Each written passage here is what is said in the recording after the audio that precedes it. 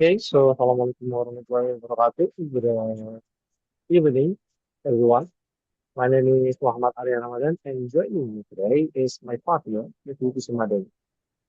So, in this presentation, we are performing a multimodal analysis on how cinema serves as a strategic medium for environmental criticism. I will start by analyzing the documentary before the script. Then my partner will discuss the animation role. I will return to compare both films and provide our final cuts. So let's begin with before the script. This is a National Geographic documentary. Follows Leonardo DiCaprio on a two-year journey across the globe. The story acts as a global investigator into the effective impact of climate change. We see DiCaprio traveling from the mountains to the castles to rescue themselves. Toxic smoke in China, and eventually to the panicking red forest here. Throughout the film, he interviews scientists, world leaders, and activists to find its solution before the damage to our earth becomes irreversible. So now, let's take a look at the decomposition visually part. The film uses a contrast of scale by showing the terrifying reality of melting glaciers compared to the surviving wildfire. And also visualize an artistic metaphor through the painting the garden of earthly life to represent human condition into environmental destruction. So, in sound part, the film uses a dramatic orchestral score to create a deep sense of grief when showing dying trust. This is combined with Leonardo DiCaprio's calm but worried voiceover, which build an urgent connection with audience. Furthermore, the dialogues are incredibly sharp. For example, the statement, the ocean is not Republican and it's not Democrat. All it knows how to be right.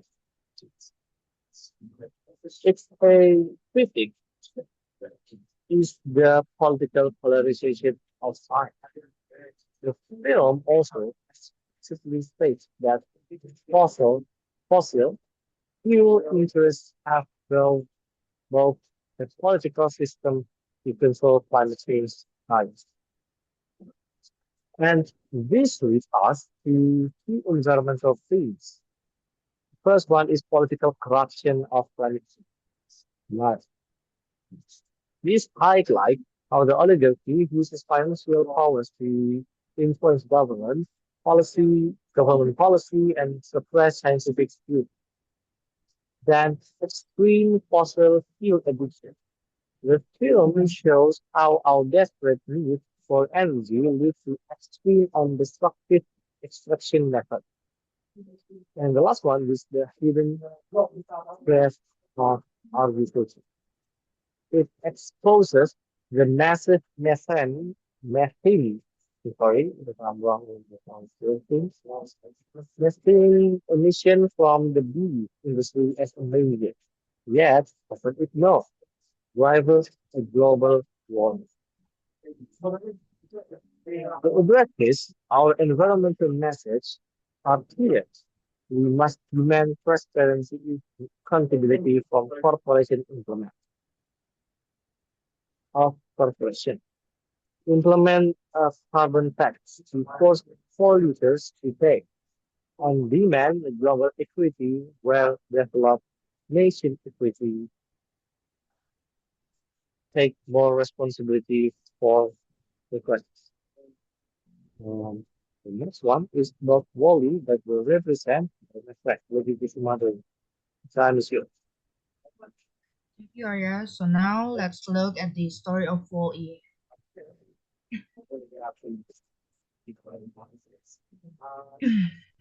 It is set in a future where Earth has been abandoned and turned into a giant garbage dump. Humans now live on a luxury spaceship, having completely forgotten their home.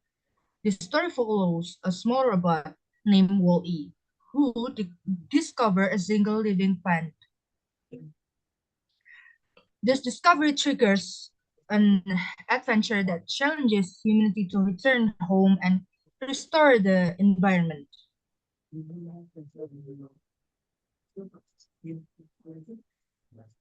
Regarding the movie combination, the visual contrasts the dirty brown earth with the clean blue and white spaceship.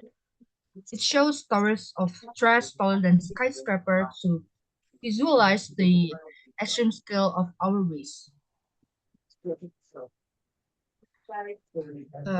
Audially, the movie used unique mechanical sound effect to show the robot's personality.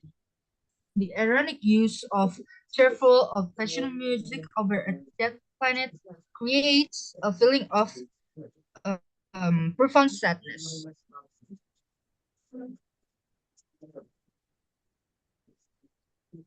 The dialogues also contribute to the meaning. We see minimalism in the robot speech, which represent their innocence. This is contrasted with the manipulative corporate propaganda of the by and large advertisement.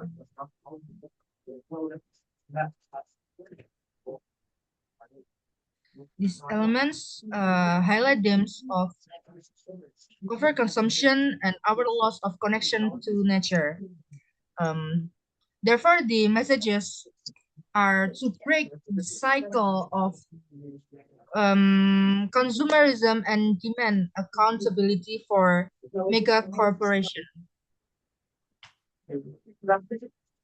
So the last thing is about the comparison. To bring these two perspectives together, I will provide a comparison across four dimensions. The first one is environmental impact. Before the flood shows current rising sea levels, while Wall-E shows a total planetary collapse. And the part of nature affects.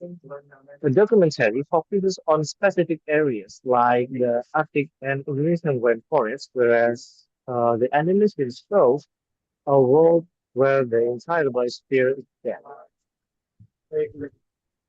And the third of the movie, my film, is serious and alarming, while Wally is sincere, yeah, I think, but saturated.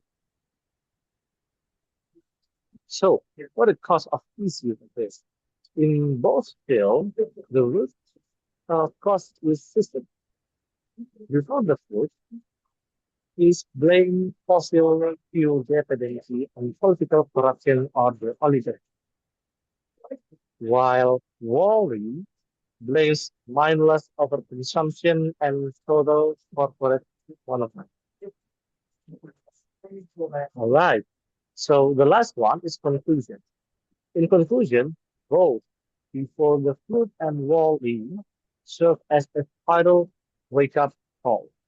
They prove, they prove that the environmental crisis is deeply rooted in political corruption and mindless consideration. While the documentary,